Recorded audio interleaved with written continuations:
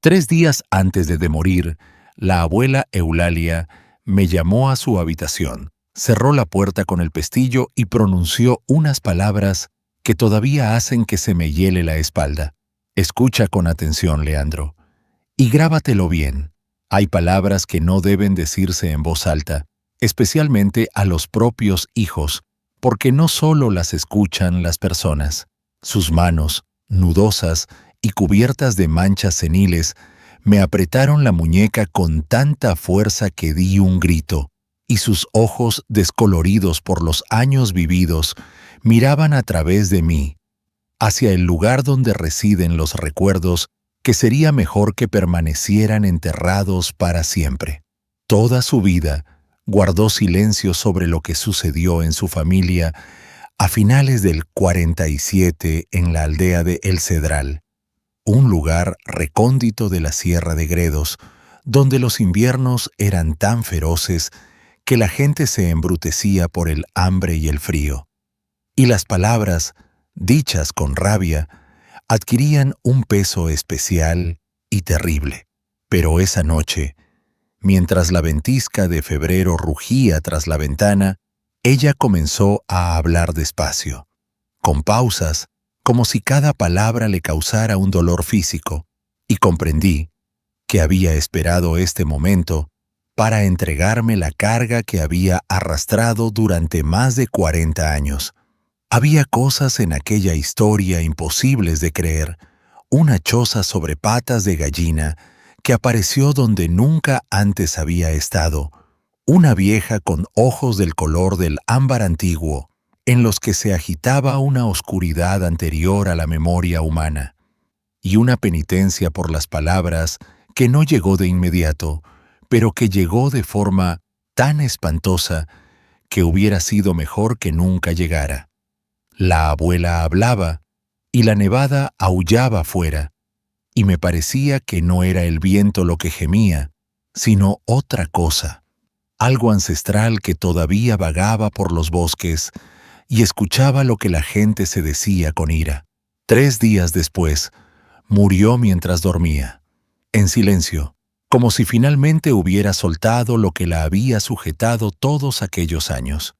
Y me quedé solo con esta historia que me quema por dentro y me exige que la cuente, porque si me callo, podría repetirse con otra persona, en otra familia, donde un padre, en su desesperación, le diga a su hijo algo que invocará a una entidad con la que no se puede negociar ni comprar.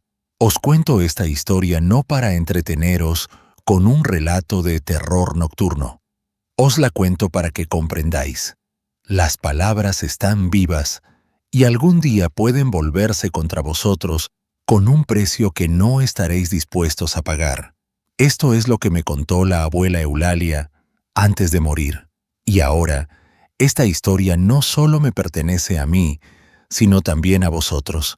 La historia comenzó en la aldea de El Cedral, que se alzaba en la profundidad de la sierra, donde el camino más cercano estaba a 20 kilómetros, y en invierno, cuando las tormentas de nieve lo cubrían todo, podías pasar semanas sin ver un alma fuera de tu casa.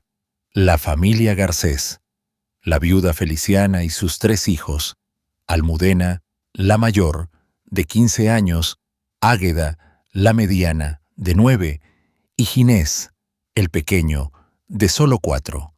Se acurrucaba en una casa torcida a las afueras del pueblo, justo donde la carretera terminaba y comenzaba la espesura, oscura y silenciosa como un pozo.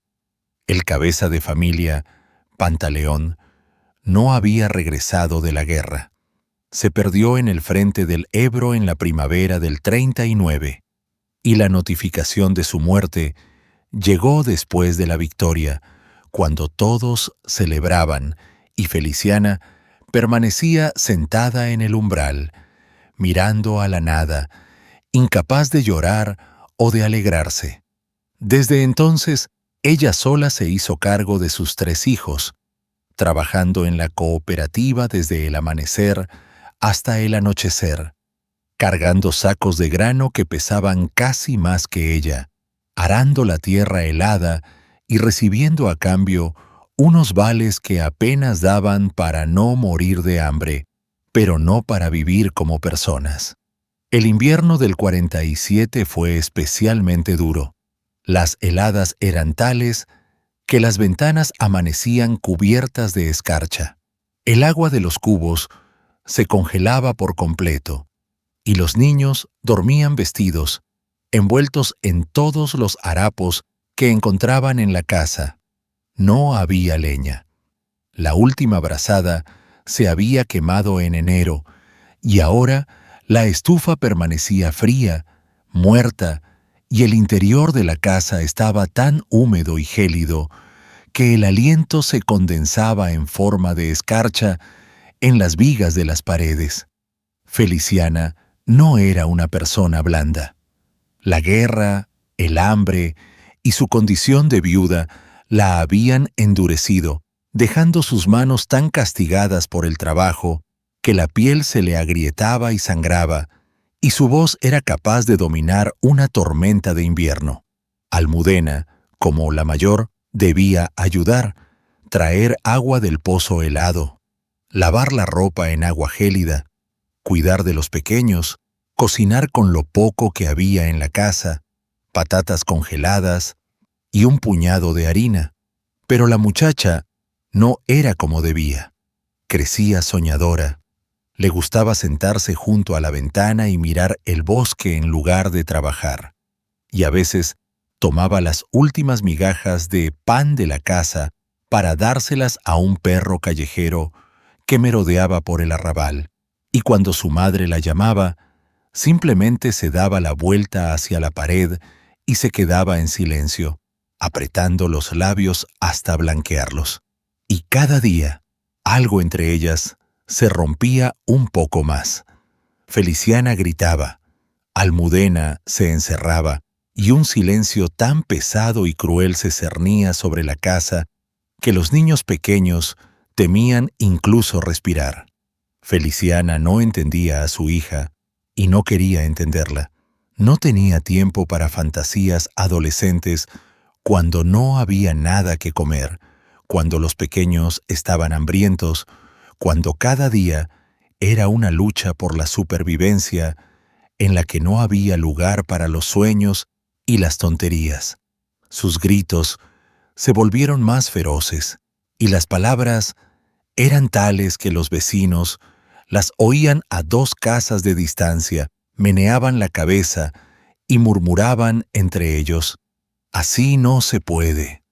La palabra es poderosa, el bosque lo escucha todo, y la sierra más aún».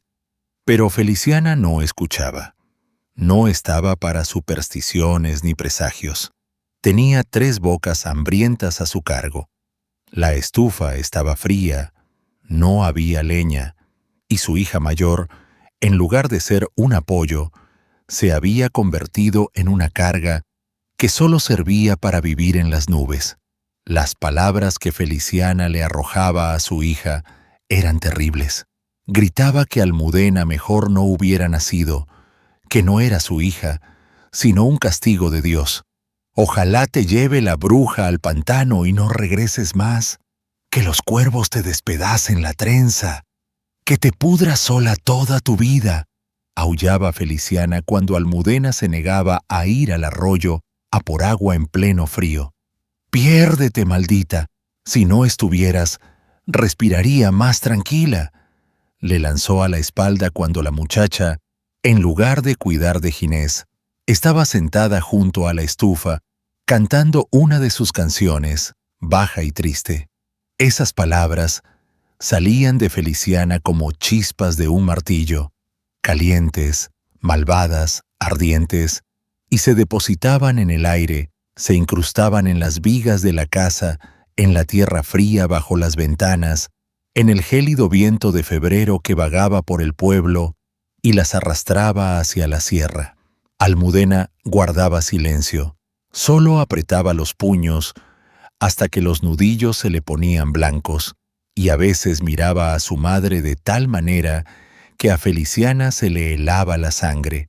Algo oscuro, dolido, Casi de odio, relampagueaba en los ojos de la chica, pero la madre ahuyentaba esos pensamientos y volvía a gritar. Y después de esos gritos, Almudena se iba, a veces al cobertizo, a veces a otro sitio, y una tarde se fue de la casa y regresó solo por la noche, tiritando, con las pestañas heladas, y al preguntarle dónde había estado, solo movió la cabeza y se acostó en silencio en el banco. Fue entonces cuando Feliciana estalló por completo. Gritó hasta la ronquera que Almudena era una desvergonzada, que andaba por ahí a saber dónde, que el diablo se la llevara al lugar más profundo del bosque, donde duermen los osos y aúllan los lobos, para que no quedara ni rastro de ella. Almudena permanecía en medio de la casa, con la cabeza baja, y sus labios se movían como si susurrara algo para sí misma, unas palabras que su madre no oía. Y de repente hizo tanto frío en la casa que incluso los niños pequeños, que dormían encima de la estufa, se encogieron en sueños. A la mañana siguiente, Almudena no estaba. Feliciana se despertó al amanecer, como de costumbre, bajó de la estufa y miró el banco donde dormía su hija. Vacío. Solo la manta arrugada y aún tibia. Al principio pensó que la chica tal vez había reflexionado, se había ido a buscar leña o agua y se ocupó de sus tareas. Encendió la estufa con las últimas astillas que encontró en el cobertizo, hirvió un caldo aguado con patatas congeladas. Pero pasó una hora y Almudena no regresó. Pasó la segunda y tampoco. Al mediodía, algo se le encogió en el pecho a Feliciana y le dolió de mala manera. Presintiendo la tragedia, salió corriendo al umbral, gritó el nombre de su hija hacia el bosque, luego otra vez más fuerte. Pero solo hubo silencio como respuesta, ni un sonido. Solo el viento silbaba entre los abedules desnudos y un cuervo graznaba cerca del arrabal. Fue a casa de la vecina, la tía Martina, y le preguntó si había visto a Almudena. Ella negó con la cabeza y dijo que la había visto la noche anterior, caminando hacia el arrabal en dirección a la sierra, sola, con solo una chaqueta de tela. Ni siquiera llevaba pañuelo, como si no fuera a enfrentarse al frío, sino a dar un paseo. A Feliciana se le heló la sangre. La muchacha no había dormido en casa. Se había ido la noche anterior después de aquel grito, y desde entonces nadie la había visto. Y por la noche las heladas habían bajado a menos 30 grados. En una simple chaqueta no podría sobrevivir. Corrió por la aldea, preguntando a todos los que encontraba, pero la respuesta era la misma. La vieron ayer, hoy no, desapareció, se desvaneció. Al anochecer, cuando oscureció y Almudena aún no aparecía, Feliciana comprendió que había ocurrido algo terrible, algo que hacía que el corazón le palpitara y la sangre se le congelara. Se agitaba por la casa como una bestia acorralada, sollozando, golpeándose la cara, y de repente se detuvo, recordando sus propias palabras, esas mismas maldiciones que había arrojado a su hija día tras día, semana tras semana, sin pensar, sin medir, simplemente arrancándolas de su pecho junto con la desesperación y la ira. Y entonces se dio cuenta, como si una mano helada le hubiera agarrado la garganta. Ella misma lo había hecho. Ella misma había invocado la desgracia con sus palabras, sus gritos, y ahora la penitencia había llegado. A la mañana siguiente, toda la aldea se levantó para buscarla. No era la primera vez que algo así sucedía en El Cedral. La sierra cobraba su parte, la gente se perdía, especialmente en invierno, pero generalmente eran encontrados vivos o muertos.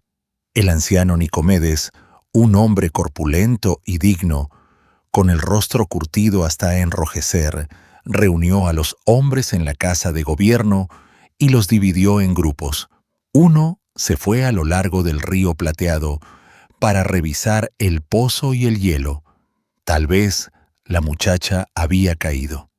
Un segundo se dirigió a las viejas parcelas forestales donde se cortaba leña en invierno. Quizás había vagado por allí, perdida.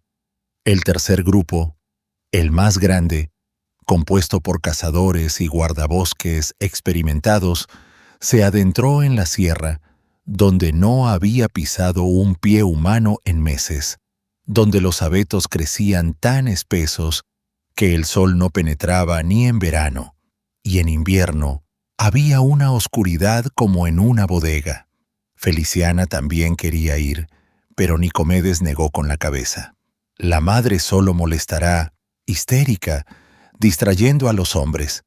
Que se quede en casa, esperando. Ella se quedó, y esa espera fue peor que cualquier viaje. Se sentó junto a la ventana, mirando el bosque, y un solo pensamiento daba vueltas en su cabeza.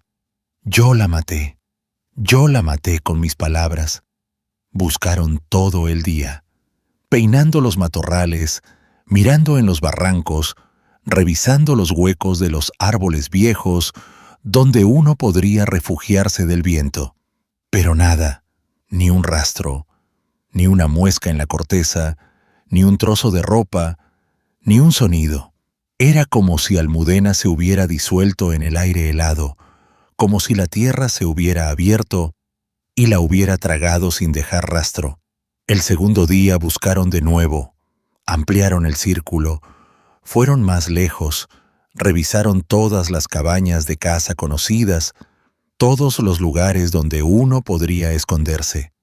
Pero el resultado fue el mismo: vacío. Al anochecer del segundo día, regresaron con las manos vacías, cansados, congelados, con las barbas heladas y un sentimiento pesado en el pecho. La muchacha había desaparecido de una manera incomprensible, como si algo la hubiera tomado, algo que los humanos no pueden dominar. Feliciana los recibió en el umbral, miró a los ojos a Nicomedes, y él solo negó con la cabeza: no la encontramos. Y ella se sentó en los escalones, cubriéndose la cara con las manos. Al tercer día, un grupo de cazadores, Simón el Alto, Trifón y el joven Zacarías el Cojo, se adentró en la sierra más de lo habitual, donde antes no habían ido.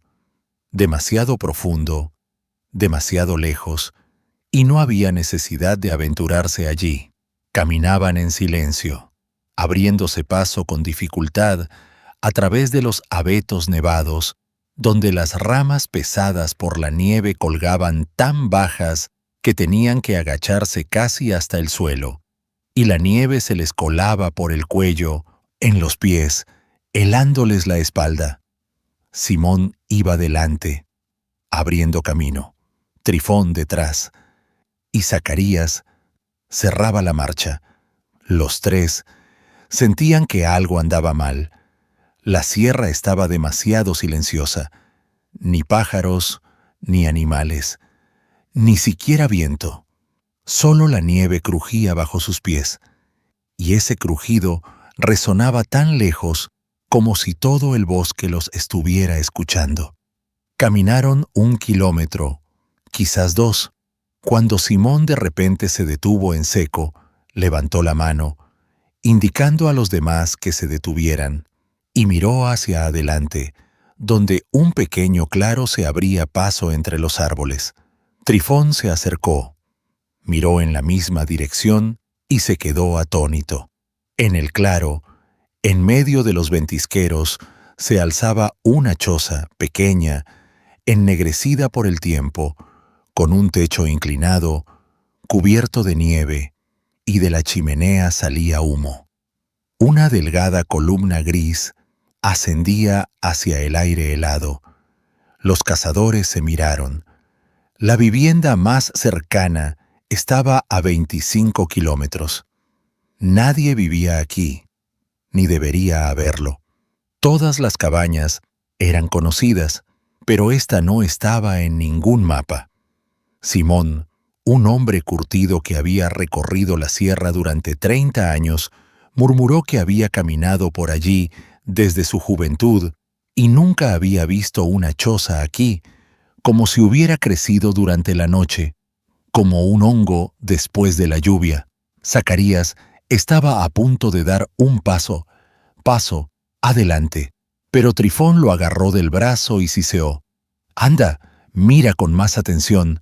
La choza está sobre patas». Y de hecho, cuando miraron de cerca se hizo evidente que la cabaña no estaba sobre cimientos normales, sino sobre unos postes gruesos y retorcidos que parecían patas de gallina, solo que enormes, y esos postes parecían haber crecido en la tierra, como si la choza no hubiera sido construida, sino que hubiera brotado del suelo como un hongo antiguo. Los hombres y poas se quedaron parados, sin atreverse a acercarse, y de repente una sombra se deslizó por la esquina de la choza, rápida, negra, sin dejar rastro en la nieve, y desapareció en la espesura. Y un sonido vino de la choza, no risa, no tos, sino un carrasperó senil, ronco, que hizo que se les erizara el pelo de la nuca. Simón escupió, se persignó en secreto y dijo: «Vamos, hombres, sale humo. Eso significa que hay alguien. Tal vez hayan visto a la chica, tal vez sepan algo». Y fue el primero en moverse hacia la choza. Los otros le siguieron, aunque de mala gana. La nieve en el umbral estaba intacta, lisa, como si nadie hubiera caminado allí, pero el humo salía, lo que significaba que alguien estaba encendiendo la estufa dentro, lo que significaba que debía haber una persona viva, o algo que fingía estar vivo. Simón levantó la mano, llamó a la puerta 3 veces en voz baja y se detuvo, escuchando. Y su corazón latía tan fuerte que parecía que el eco resonaba en todo el bosque. Se escuchó un susurro en el interior, luego el crujido de las tablas, luego el cerrojo se descorrió y la puerta se abrió lentamente, con un crujido siniestro, y en el umbral apareció una anciana, pequeña, encogida, vestida de oscuro, con una chaqueta remendada, un pañuelo negro del que se escapaban mechones de pelo gris como la ceniza, y un rostro tan surcado de arrugas que parecía que la corteza de un roble antiguo hubiera sido desollada y estirada sobre el cráneo.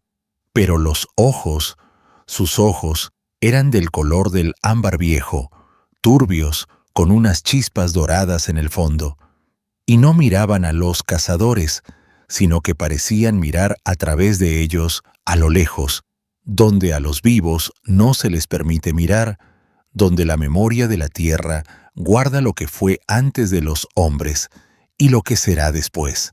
Simón la saludó, se quitó el sombrero como era debido y preguntó si la abuela había visto a una muchacha de 15 años de El Cedral. Desapareció hace 3 días. Todo el pueblo la está buscando. La anciana guardó silencio, permaneciendo en el umbral, sin invitarlos a entrar, sin responder. Solo miraba con su mirada inhumana, y ese aspecto hizo que a los 3 les corrieran escalofríos por la espalda. Zacarías involuntariamente dio un paso atrás. Entonces ella habló. Su voz era baja, pero de alguna manera empalagosa, como si no estuviera hablando el idioma de la gente, sino otro, más antiguo, del que las palabras salían lentamente, como serpientes de su madriguera. «La muchacha, ¿dices?», arrastró, y en esa palabra, muchacha, había algo que hizo que Simón apretara los puños. ¿Y qué es ella para ti, la muchacha? ¿Por qué la buscáis?, preguntó la anciana, y sus labios se curvaron en una mueca, torcida y desagradable. Simón respondió que la madre estaba llorando, todo el pueblo en pie, que la chica podría congelarse, perderse, que tenían que encontrarla mientras estuviera viva, antes de que fuera demasiado tarde. La anciana escuchó, moviendo la cabeza, y de repente dijo: «La madre llorando, dices.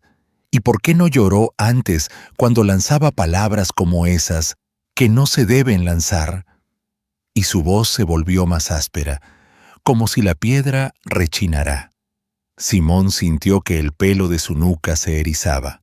¿Cómo sabía la anciana sobre Feliciana, sobre sus gritos, las maldiciones que había arrojado a su hija? Si vivía aquí, en el desierto, a 20 kilómetros del pueblo, si nadie la había visto nunca. La anciana, como si leyera sus pensamientos, sonrió aún más y dijo: «La sierra lo escucha todo, querido, cada palabra, cada suspiro, cada lágrima.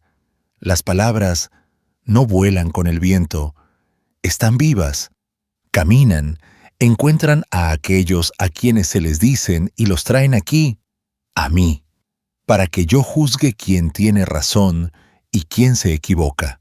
Trifón, que estaba un poco apartado, no aguantó y preguntó directamente, envalentonado por la desesperación: «¿Está la muchacha aquí, en la choza?» La anciana lo miró de manera que él retrocedió involuntariamente y respondió, saboreando lentamente cada palabra: «¿Y si lo está, qué? Me llevo lo que me corresponde por derecho. La madre la llamó, yo me la llevé». Simón intentó mirar por encima de su hombro hacia el interior de la choza. Allí, en la penumbra, ardía la estufa. Había algunos utensilios sobre la mesa. Olía a humo y a otra cosa, dulzarrona, a hierbas, pero la chica no se veía. La anciana dio un paso adelante, bloqueando el umbral, y dijo con voz firme que no admitía réplica: «Idos, no es asunto vuestro. Que la madre venga ella misma, si tiene el valor, ya hablaremos. Vosotros sois extraños, no fuisteis llamados».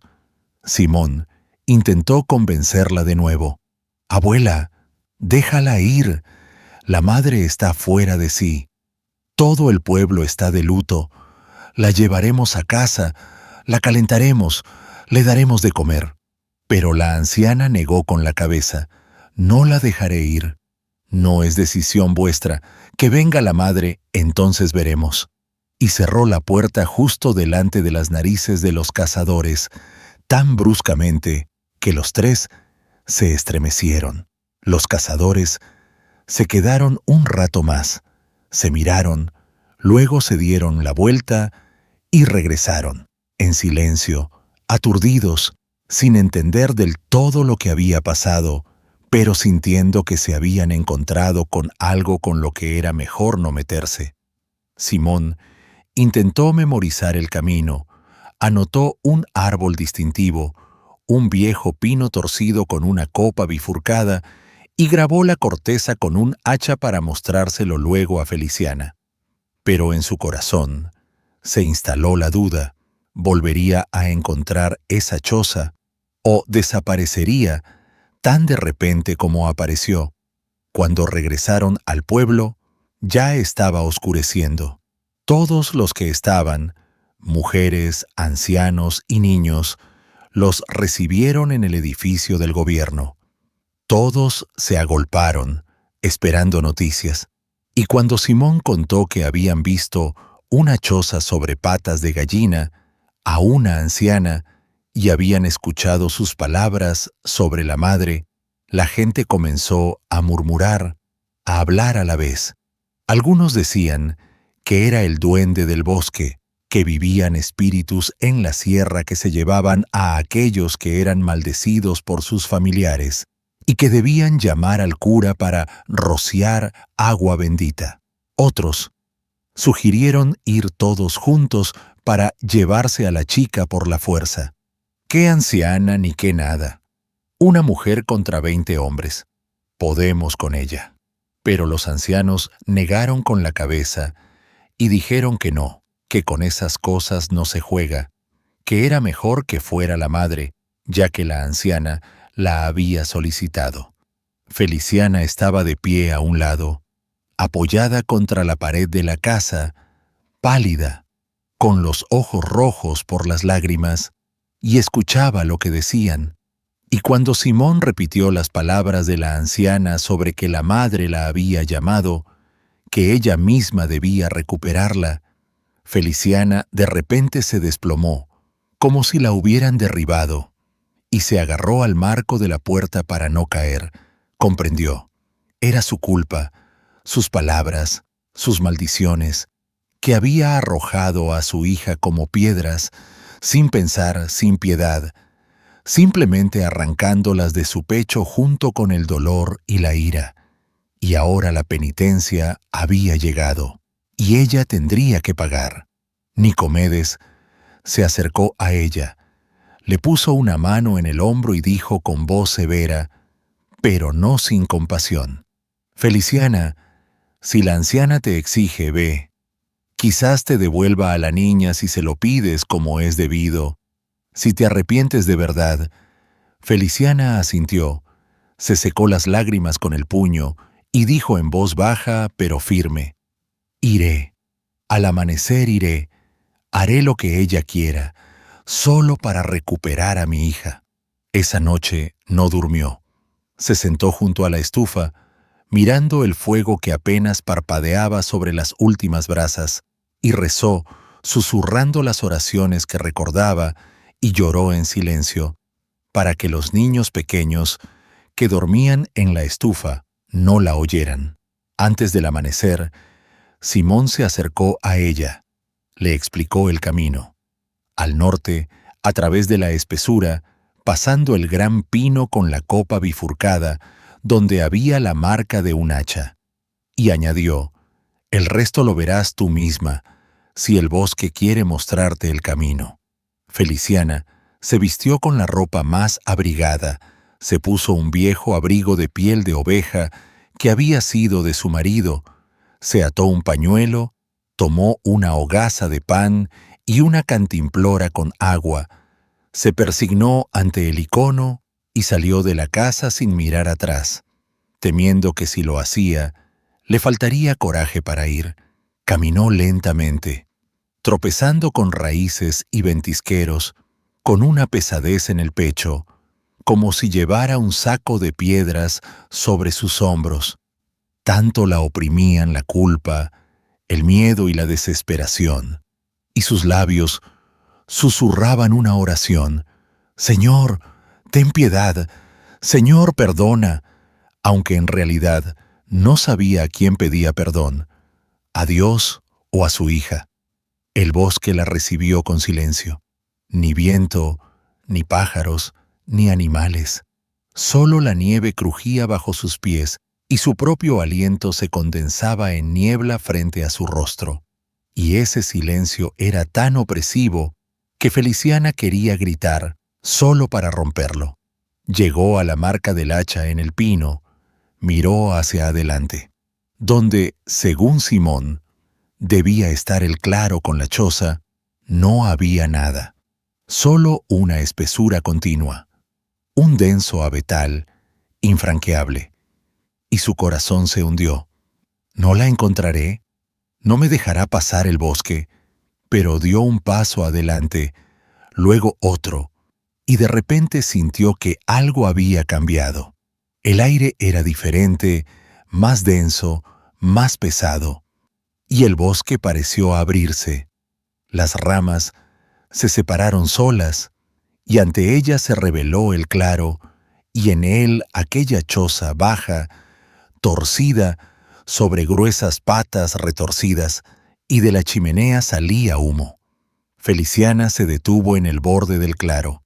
El corazón le latía tan fuerte que parecía que iba a salírsele del pecho, y le zumbaban los oídos.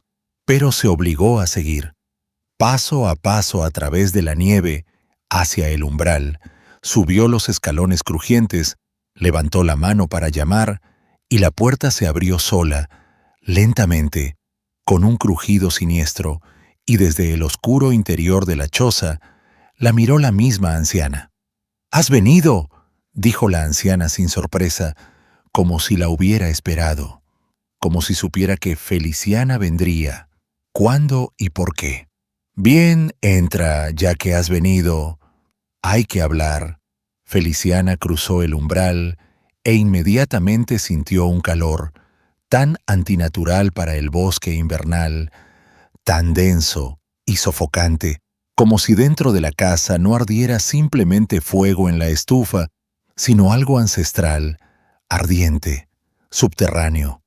Los olores la golpearon en la nariz, el humo de la leña de abedul, hierbas secas colgadas del techo, algo dulzón, meloso y algo más, esquivo, silvestre, del que se le mareaba la cabeza y se le confundían los pensamientos. El interior de la choza estaba en penumbra. Solo ardía la estufa, proyectando sombras danzantes en las paredes, y sobre la mesa había una astilla de pino que humeaba débilmente. Y en esa luz incierta, todo parecía irreal, como si Feliciana no hubiera entrado en una choza ordinaria, sino en algún otro lugar donde las leyes del mundo no funcionaban como debían. En la esquina, apenas visible en la penumbra, una figura estaba sentada en un banco de espaldas a la pared, inmóvil, y Feliciana miró de cerca y jadeó al reconocer a su hija. Almudena estaba sentada, viva, ilesa, con la misma chaqueta con la que se había ido, solo que su rostro estaba demacrado, sus ojos hundidos, y miraba a su madre de manera extraña, como si la reconociera con dificultad, como si entre ellas se hubiera abierto un abismo sobre el que no se podía tender un puente. Feliciana se abalanzó hacia ella. «Almudena, hija mía». Pero la anciana dio un paso adelante y le bloqueó el camino, extendiendo una mano huesuda, como una rama. «Espera», dijo con dureza, y en su voz resonó algo que hizo que Feliciana se detuviera en seco. «Todavía no es tuya. Primero hablaremos, luego veremos si te lo has ganado». La anciana le señaló un taburete bajo y tambaleante junto a la mesa, y Feliciana se sentó, sin apartar los ojos de su hija. Almudena guardaba silencio, ni siquiera se movía. Solo sus dedos se agitaban débilmente, agarrando el borde de su chaqueta, como si intentara aferrarse a algo para no caer en el vacío. La anciana se sentó frente a Feliciana, puso sus manos venosas sobre la mesa, cubiertas de tantas arrugas que parecían corteza de árbol seca, y comenzó a hablar lentamente, como si pesara cada palabra en una balanza invisible. «¿Sabes por qué está aquí?», preguntó la anciana, y Feliciana negó con la cabeza. «No, no lo sé. Déjala ir, te lo ruego. Haré lo que sea. Incluso daré mi vida». La anciana sonrió. La sonrisa era torcida, desagradable, revelando unos pocos dientes amarillos, y dijo: «Tú misma la llamaste aquí con cada palabra tuya, con cada maldición. «Que te lleve la bruja al pantano», decías. Pues la llevó. «¡Piérdete, maldita!», gritabas. Pues se perdió. Las palabras no son ruido vacío, mujeres tan vivas. Caminan sobre la tierra. Encuentran a aquel a quien se dirigen y lo traen aquí, a mí, para que yo decida quién tiene razón y quién está equivocado». Feliciana se puso aún más pálida. Sus labios temblaron, las lágrimas brotaban de sus ojos y ella susurró, ahogándose: «No quería, Dios mío, solo estaba cansada, enojada, hambrienta, agotada. No pensé que esto pasaría. No pensé. La anciana asintió lentamente, y algo que parecía comprensión, pero sin piedad, sin indulgencia, frío e indiferente como la propia naturaleza, brilló en sus ojos de ámbar. No pensaste. Todas piensan, y luego se sientan aquí y lloran cuando ya es tarde. Pero has venido, y eso es bueno. Significa que hay una oportunidad. Harás 3 cosas, y te la llevarás. Si no lo haces, se quedará aquí conmigo para siempre, y tú volverás a casa con las manos vacías, y recordarás hasta la hora de tu muerte que tú misma mataste a tu hija con tu lengua. Feliciana asintió con desesperación, dispuesta a cualquier cosa para recuperar a su hija. Dime qué hacer. Haré lo que sea. Incluso mátame. Solo devuélvemela. La anciana se levantó, se acercó a la estufa, tomó el atizador y dibujó 3 líneas en el suelo, largas, torcidas, como grietas en la tierra o marcas de garras. La primera tarea, comenzó, y su voz se volvió más baja, pero aún más aterradora. Pasarás la noche aquí sola. Yo me iré, y a ella, señaló a Almudena, también me la llevaré. Te quedarás sola hasta el amanecer. Lo que veas, lo que escuches, lo soportas. Salir de la choza, pase lo que pase. Si sales, la pierdes para siempre. Feliciana tragó saliva, la garganta se le secó, el corazón le latía con fuerza, pero asintió. De acuerdo, lo haré. La anciana continuó, la segunda tarea, hilarás lana toda la noche en mi rueca. Al amanecer debes haber hilado un ovillo completo, pero el hilo se romperá con cada palabra malvada que le dijiste a tu hija. Se romperá. Tendrás que atar nudos y volver a hilar. Si no terminas al amanecer, no volverás a ver a tu hija. Feliciana se mordió el labio. Recordaba cuántas palabras había dicho, cuántas veces había maldecido, gritado, y comprendió que el hilo se rompería docenas, quizás cientos de veces, pero asintió de nuevo. Lo haré. La anciana la miró fijamente, como comprobando si mentía o no. Luego asintió con satisfacción y dijo, la tercera tarea, la más difícil. Cuando hayas hilado el ovillo, irás al río Plateado, que fluye más allá del abetal. Allí, en la orilla, verás un saco y piedras. Llenarás el saco con exactamente tantas piedras con bras como nudos haya en el hilo. Cada nudo es una palabra malvada. Cada piedra. Contarás en voz alta, recordando cada una. Luego traerás el saco aquí. Tú sola, sin ayuda, sobre tus propios hombros. Si lo traes, recuperarás a tu hija. Feliciana asintió, apretando los puños. Haré todo. Lo haré. Solo devuélveme a mi hija. La anciana se levantó, tomó a Almudena de la mano.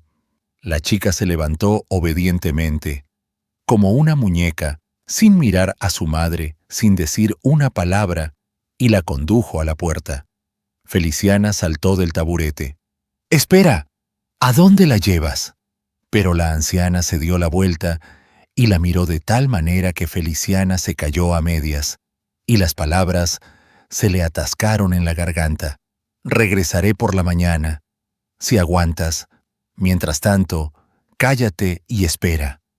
La puerta se cerró, y Feliciana se quedó sola en la choza extraña, en lo profundo de la sierra, en un silencio total que le oprimía los oídos, el pecho, el alma misma. La primera hora simplemente se sentó en el taburete, escuchando el silencio. Solo la estufa crepitaba y la astilla humeaba, ningún otro sonido, y ese silencio era peor que cualquier grito. Luego comenzaron los sonidos. Primero, un susurro silencioso, apenas audible, como si algo estuviera arañando la pared exterior, con cuidado, tratando lentamente de ver si las vigas eran fuertes. Feliciana se tensó, escuchó. El susurro se hizo más fuerte, arrastrándose de esquina a esquina, como si algo grande con garras se estuviera arrastrando alrededor de la choza, olfateando, examinando. Ella se levantó de un salto, pegó la espalda a la estufa, mirando la pared. Pero allí, en la penumbra, no se veía nada. Luego se escuchó un golpe en la puerta. 3 golpes, lentos, resonantes, que hicieron vibrar las bisagras y tintinear los cristales de las ventanas, y una voz masculina, dolorosamente familiar. «Feliciana, abre. Soy yo, Pantaleón. Abre, esposa, tengo frío. Déjame entrar en casa». Feliciana se congeló. Era la voz de su marido, muerto hacía 3 años en el frente del Ebro. Una voz que recordaba hasta la última entonación, que escuchaba en sus sueños y por la que se despertaba llorando. Y su mano se extendió hacia el cerrojo por sí misma. Sus dedos tocaron el frío metal. Pero entonces recordó las palabras de la anciana. «No salgas de la choza, pase lo que pase. Si sales, pierdes a tu hija para siempre». Se detuvo, retiró la mano, la apretó contra su pecho y susurró una oración. «Señor, ten piedad. Señor, sálvame. No es él, no es mi Pantaleón». La voz al otro lado de la puerta cambió a un grito. «¡Ábreme! Soy tu marido. ¿Acaso no te alegras?». Luego cambió a otro sonido, inhumano, largo y quejumbroso, que helaba la sangre y la hacía querer taparse los oídos y aullar a cambio. Pero Feliciana permaneció de pie, pegada a la estufa, repitiendo la oración como un conjuro. «Padre nuestro, que estás en los cielos, santificado sea tu nombre». El aullido cesó tan repentinamente como comenzó, y llegó un silencio aún más opresivo. Y en ese silencio, Feliciana escuchó un nuevo sonido, el llanto de un niño, bajo, lastimero. Ella levantó la cabeza. En la esquina, donde antes no había nada, había una figura pequeña, un niño de unos 4 años, en una camisa andrajosa, descalzo, y lloraba, extendiendo sus manitas hacia ella, pero su rostro no se veía en la sombra. «Mamá, tengo frío. Mamá, tengo hambre. Mamá, abrázame». La voz era aguda, temblorosa, y la figura se acercaba, extendiendo las manos. Pero Feliciana cerró los ojos con todas sus fuerzas, sacudió la cabeza. «Ginés está en casa. Ginés está en casa. No es él». Cuando abrió los ojos, la esquina estaba vacía. El niño no estaba, pero ahora algo blanco yacía sobre la mesa frente a ella, y tenía miedo de mirar, pero no pudo evitarlo, y vio. Era una mortaja, pequeña, de niño, y la sangre sobre ella estaba fresca, escarlata, y su corazón se rompió, pero se dio la vuelta, cubriéndose la cara con las manos. «No es verdad. No es verdad». Así permaneció sentada el resto de la noche, con la espalda pegada a la estufa, que se enfriaba gradualmente y rezaba, susurrando las oraciones que recordaba, y los sonidos continuaron, a veces golpes, a veces rasguños, a veces voces que la llamaban por su nombre, voces de su marido, de sus hijos, de su madre muerta hace mucho tiempo. Pero ella ya no reaccionaba, solo apretaba los dientes y esperaba el amanecer, repitiéndose a sí misma: «Aguantaré, aguantaré, por Almudena aguantaré». Y justo cuando el exterior comenzaba a clarear con la luz gris y tenue de la mañana de febrero, los sonidos cesaron de repente, como si hubieran sido cortados con un cuchillo, y se hizo un silencio tan grande que Feliciana pudo escuchar los latidos de su propio corazón.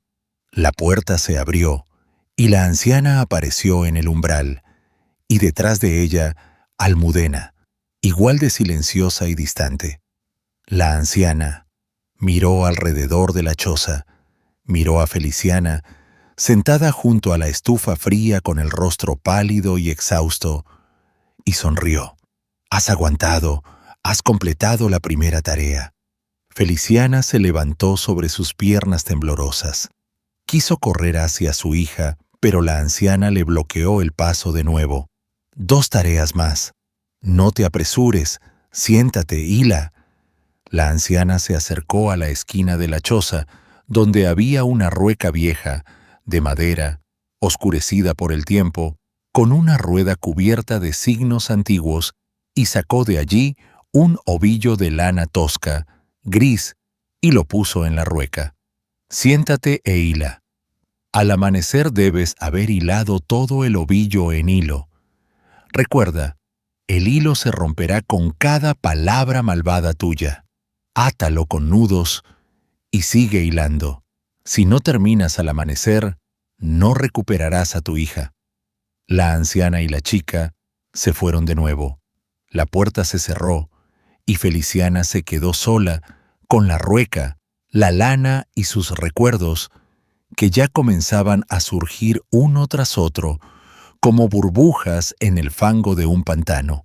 Comenzó a hilar.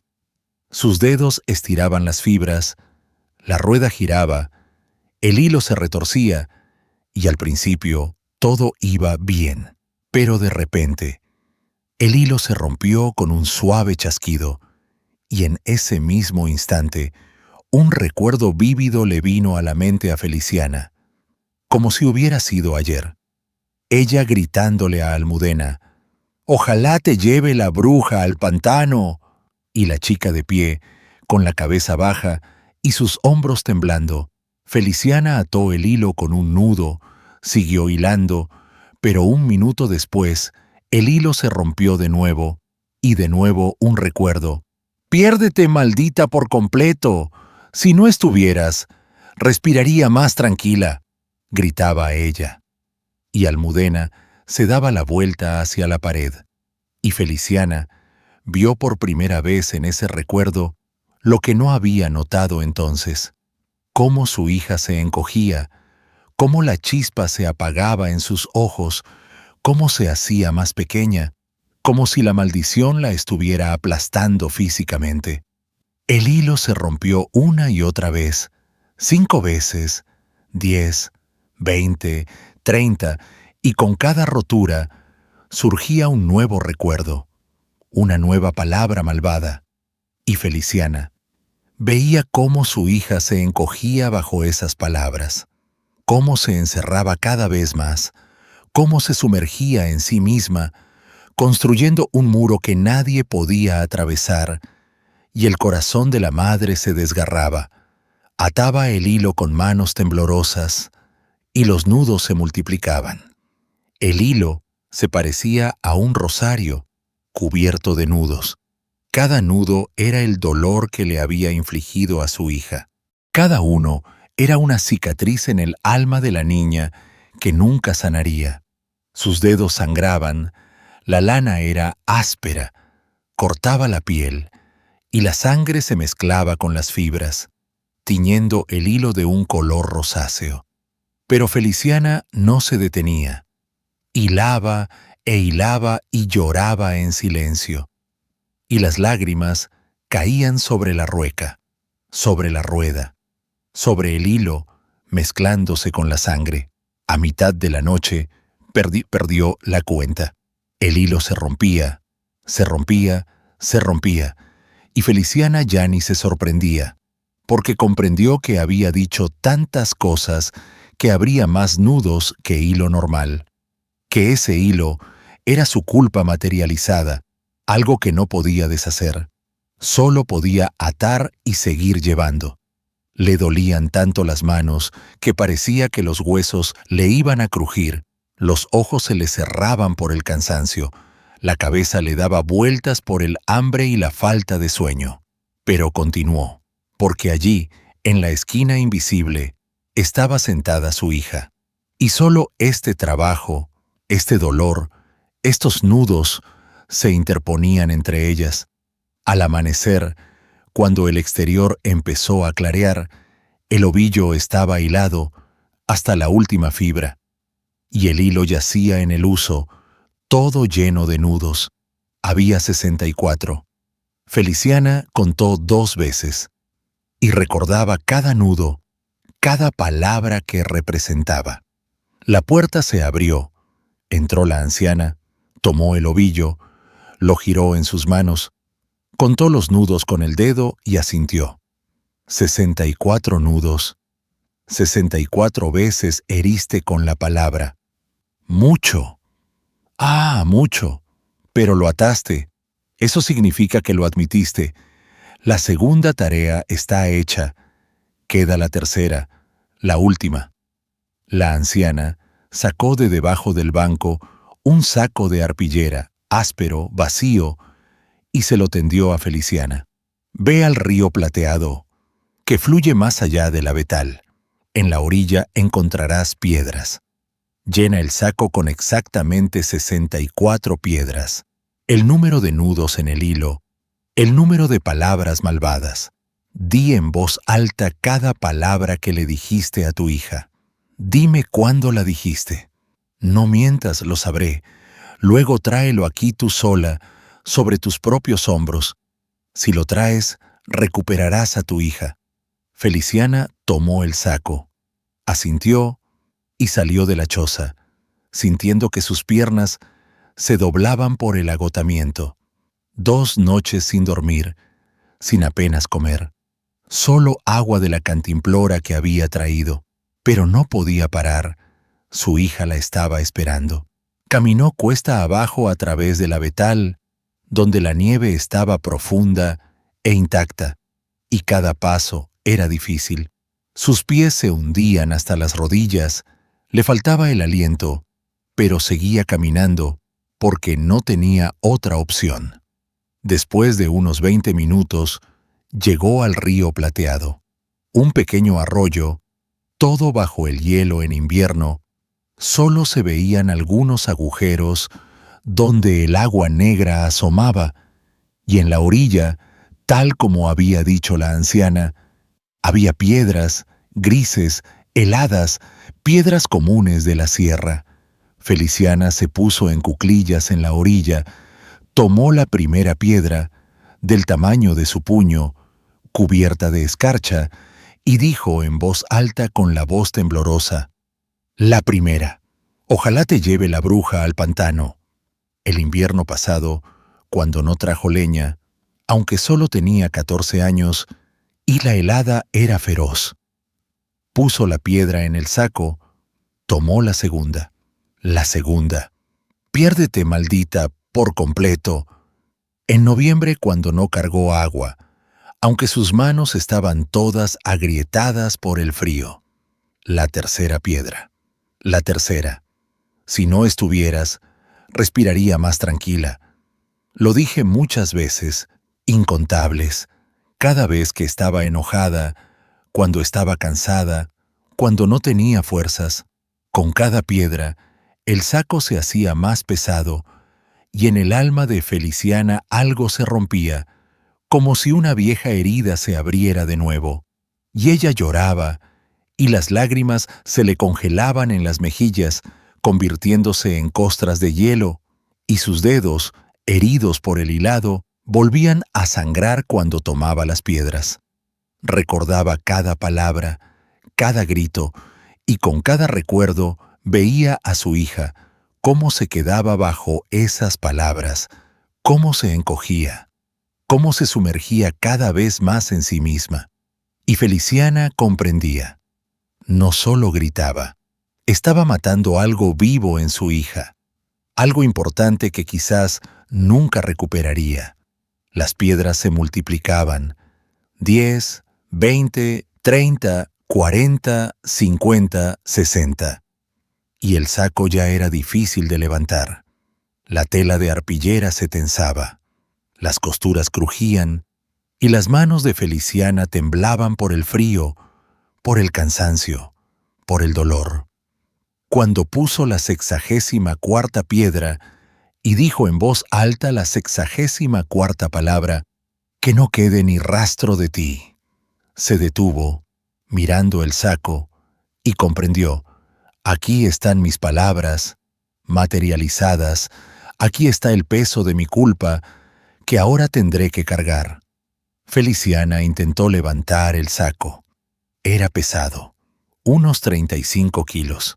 Cada piedra pesaba más de 500 gramos, y cuando se lo echó a la espalda, sus piernas casi cedieron. Un dolor agudo le atravesó la espalda, pero apretó los dientes y comenzó a subir la colina a través del bosque hacia la choza. Cada paso era una tortura, como si no llevara piedras, sino toda su vida, toda su culpa, todo el pecado que había acumulado a lo largo de los años, arrojando palabras a su hija como cuchillos. Sus pies se hundían en la nieve, le faltaba el aliento, su pecho ardía. Las correas del saco se clavaban en sus hombros cortando el abrigo de piel, y la sangre rezumaba, goteaba por su espalda, mezclándose con el sudor. Pero ella seguía caminando obstinadamente, paso a paso, apretando los dientes, porque sabía que si se detenía, si tiraba el saco, perdería a su hija para siempre. Se cayó varias veces. El saco se deslizaba hacia un lado, amenazando con volcar. Las piedras retumbaban en el interior, y ella lo agarraba cada vez. Se levantaba con dificultad, aunque sus manos temblaban, aunque la visión se le nublaba, y seguía adelante, aferrándose a los árboles, a las ramas, a las últimas migajas de fuerza que le quedaban. El camino que había recorrido en media hora por la mañana, ahora se extendió durante varias horas. El sol ya se inclinaba hacia el ocaso, las sombras se alargaban y se volvían largas y azules sobre la nieve, cuando finalmente vio el claro y la choza sobre patas de gallina. Y esta fue la imagen más hermosa de su vida, porque significaba que el final estaba cerca, que solo un poco más, solo un momento. Sus fuerzas estaban agotadas, la visión se le nublaba, las manos le temblaban, las piernas le fallaban, el aliento le silbaba en el pecho, y justo antes del umbral, Feliciana se desplomó de rodillas. El saco cayó con un golpe a su lado, y ella simplemente se quedó tendida en la nieve, respirando con dificultad, incapaz de moverse, y la nieve bajo su mejilla estaba fría, pero le parecía agradable, porque al menos algo aliviaba el dolor. La anciana salió al umbral, la miró de arriba a abajo, sin compasión, sin alegría. Simplemente la miró y preguntó: ¿Es pesado? Feliciana asintió, sin levantar la cabeza, y con sus últimas fuerzas jadeó: «Pesado, mucho». La anciana bajó, se acercó al saco, lo desató, miró dentro, contó las piedras con el dedo y asintió con satisfacción. 64. Exacto, así se sintió ella con tus palabras.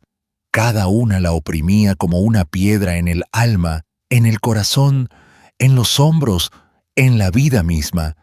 Tú las cargaste durante unas horas y casi mueres, y ella las cargó durante años, todos los días, todas las horas. Vació las piedras junto al umbral de la choza. Cayeron en un montón, grises y frías, piedras comunes, nada especial. Pero para Feliciana era una montaña entera de culpa que finalmente había sacado de sí misma y había puesto allí, en el umbral de ese lugar terrible. Ahora yacen aquí, Quitadas de tu alma, has completado las 3 tareas. Llévate a tu hija, dijo la anciana y se hizo a un lado.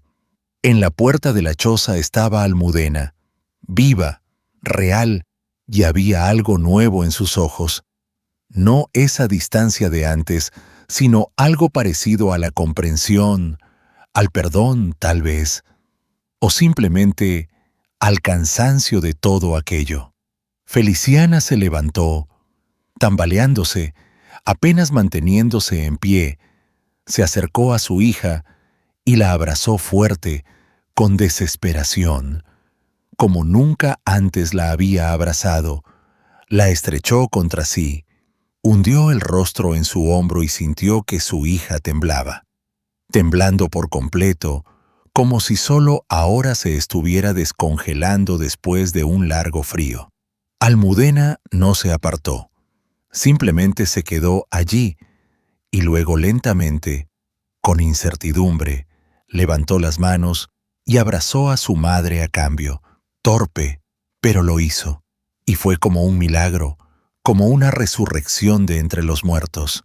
Feliciana la abrazó aún más fuerte y susurró, con la voz ronca por las lágrimas y el agotamiento: «Perdóname, hija mía, perdóname. Perdóname por todas las palabras, por todo el dolor que te causé. Perdóname por no cuidarte, por no amarte como debería. Perdóname, por favor». Almudena guardó silencio, solo apretó más a su madre en el abrazo, y Feliciana sintió algo cálido en su cuello. Lágrimas. La hija lloraba en silencio, sin hacer ruido, por primera vez en todos esos años. Esas lágrimas fueron como una cura, como agua que lava el veneno de una herida. La anciana las miró, luego habló, y su voz era baja, pero en ella resonaba una advertencia, fría e ineludible. «Idos, llévatela, pero recuerda, me he llevado tus palabras, ahora yacen en las piedras, pero la penitencia vendrá de todos modos. Dentro de 6 meses, dentro de 1 año, vendrá. Tal es la ley. Lo que has tomado, lo devolverás. Llamaste a la muerte sobre tu hija, y la muerte se llevará lo suyo. Solo que no de ella, sino de otro que te es querido». Feliciana se quedó paralizada, se separó de su hija, miró a la anciana. «¿De quién? ¿Qué quieres decir? Tómame a mí, pero no toques a mis hijos». Pero la anciana negó con la cabeza. «Yo no decido, el bosque decide, la sierra decide. ¿Tú llamaste?». Ellos respondieron: «Lo sabrás cuando llegue el momento». Y ahora idos, mientras está claro, antes de que el camino se cierre, antes de que cambie de opinión. Feliciana tomó la mano de su hija, agarró su palma con fuerza, asustada, y la sacó de la choza. Y cuando se dio la vuelta para despedirse, la choza ya no estaba, solo el claro vacío y un montón de piedras donde había estado el umbral, un montón gris en medio de la nieve blanca, y el viento ya comenzaba a cubrirlo. Caminaron en silencio durante mucho tiempo. Almudena estaba débil después de los 3 días que había pasado con la anciana. Tropezaba, pero caminaba sola. No se quejó, solo agarró con fuerza la mano de su madre, como si temiera que si la soltaba, volvería a perderse en ese bosque que ahora parecía extraño y aterrador. Cuando llegaron al arrabal de El Cedral, ya había oscurecido. Todo el pueblo salió a recibirlas. Las mujeres lloraban y se persignaban. Los hombres daban palmaditas a Feliciana en el hombro, preguntando dónde había estado, qué había pasado. Pero Feliciana guardó silencio. Solo movía la cabeza. No podía contarlo. No podía encontrar las palabras. ¿Y quién la creería? Las vecinas se llevaron a Almudena, le dieron de comer, le sirvieron té caliente, La acostaron, y Feliciana regresó a su casa con sus hijos pequeños, los abrazó, los estrechó contra sí, y el pequeño Ginés preguntó: «Mamá, ¿por qué lloras?». Y ella respondió: «De alegría, hijo, de alegría», aunque en su corazón no había alegría, sino una ansiedad, pesada como una pesa de plomo, porque las palabras de la anciana sobre la penitencia no le daban paz. La vida volvió a la normalidad. Feliciana trabajaba en la cooperativa, Almudena ayudaba en casa, cuidaba de los pequeños, pero algo entre ellas había cambiado para siempre. Era diferente. La madre ya no gritaba, no maldecía, pesaba cada palabra antes de decirla, y si la ira comenzaba a hervir, recordaba ese montón de piedras en el umbral de la choza desaparecida y se mordía la lengua. Almudena también había cambiado. Se volvió más callada, más pensativa, casi nunca hablaba de lo que había pasado, pero trabajaba, ayudaba. Y a veces, cuando pensaba que nadie la veía, miraba a su madre con una mirada que contenía tanto perdón como un dolor que nunca desaparecería por completo, y una tristeza adulta que no debería tener una chica de 15 años. Llegó la primavera, luego el verano. La vida mejoró un poco, el hambre retrocedió y parecía que lo peor había pasado, que la penitencia no llegaría, que la anciana se había equivocado o se había apiadado, y Feliciana casi lo creyó, casi se calmó, aunque la ansiedad nunca se fue por completo. Se quedó en algún lugar profundo, como una astilla que no se puede sacar. Pero en agosto sucedió lo que Feliciana temía más. Ginés se enfermó. Comenzó de repente, en medio de la noche. La fiebre subió tanto que el niño ardía como en un fuego, deliraba, llamaba a alguien y ninguna hierba, ninguna oración ayudaba. Y Feliciana comprendió que era eso. La penitencia había llegado. En 3 días, Ginés se consumió. Literalmente, se demacró, se puso pálido y murió en los brazos de su madre. Exhaló en silencio y no volvió a respirar. Y Feliciana se sentó, abrazando el cuerpecito frío, y no lloró, no gritó, solo miraba a un punto fijo, y algo dentro de ella se rompió por completo, partido por la mitad, como si el pilar que la sostenía se hubiera derrumbrado. Almudena estaba en la esquina, pálida, con el rostro congelado, y miraba a su madre.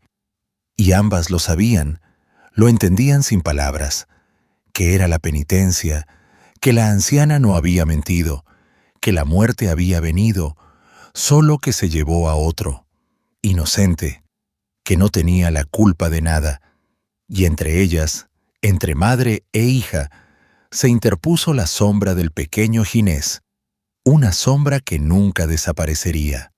Ginés fue enterrado al 3er día en el cementerio del pueblo, y Feliciana se convirtió en una persona diferente desde entonces, silenciosa, retraída, con tanta pena en los ojos que la gente se daba la vuelta, incapaz de mirar, y Almudena, aunque vivía cerca, estaba como detrás de un muro de cristal, cerca, pero sin poder tocarla, sin poder llegar a ella. Pasaron los años. Almudena creció, se casó, se fue a otra aldea, tuvo hijos, pero veía a su madre rara vez, y sus encuentros eran silenciosos y pesados, como si entre ellas todavía estuviera aquella choza sobre patas de gallina y el montón de piedras en el umbral. Feliciana vivió hasta los 58 años. Murió de un ataque al corazón. Simplemente se acostó una noche y no despertó. En silencio, como si se hubiera cansado de llevar su carga, y por fin la hubiera soltado. Y mi abuela Águeda, la hija mediana, vivió una vida larga y recordó ese invierno hasta el último día, y antes de morir me entregó esta historia para que yo la contara. No sé si todo lo que me dijo la abuela es verdad, si existió esa choza en realidad, esa anciana de ojos de ámbar. Tal vez es solo una leyenda de las muchas que llenan la Sierra de Gredos. Pero sé una cosa con certeza: las palabras tienen peso, y ese peso a veces es insoportable, y la penitencia por ellas siempre llega, tarde o temprano. La aldea de El Cedral, donde sucedió todo esto, quedó vacía después de la guerra. Los jóvenes se fueron a las ciudades, a las obras. Los ancianos murieron, y para los años 60 solo quedaban ruinas y el cementerio donde yacen aquellos de quienes os he hablado. Y ahora ese lugar está cubierto de bosque, y solo los mapas antiguos recuerdan que una vez vivió gente allí. Yo mismo soy padre de 2 hijos, y hay momentos en que quiero explotar, gritar, decir algo que luego me avergonzaría. Pero entonces recuerdo esta historia. Recuerdo el montón de piedras, recuerdo al pequeño Ginés y me detengo. Salgo a otra habitación, me calmo, porque sé que si no lo hago, la penitencia vendrá. Y no vendrá a mí, sino a aquellos a quienes amo más que a la vida. Si esta historia os ha conmovido, si os ha hecho pensar en cómo os dirigís a vuestros seres queridos, entonces mi abuela no la contó en vano, y yo no la transmití en vano. Y vosotros, si la contáis a vuestros hijos, a vuestros nietos, también haréis una buena acción, porque mientras recordemos, mientras transmitamos estas historias, estaremos un poco protegidos de repetir los mismos errores. Poned un me gusta si creéis que hay que contar estas historias. Suscribíos al canal si queréis escuchar más de esos lugares donde la memoria aún está viva. Y escribid en los comentarios si conocéis historias similares.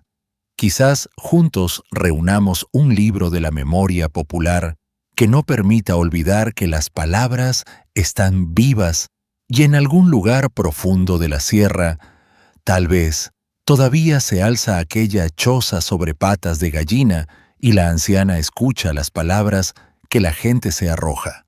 Y cuando las palabras son demasiadas, ella responde: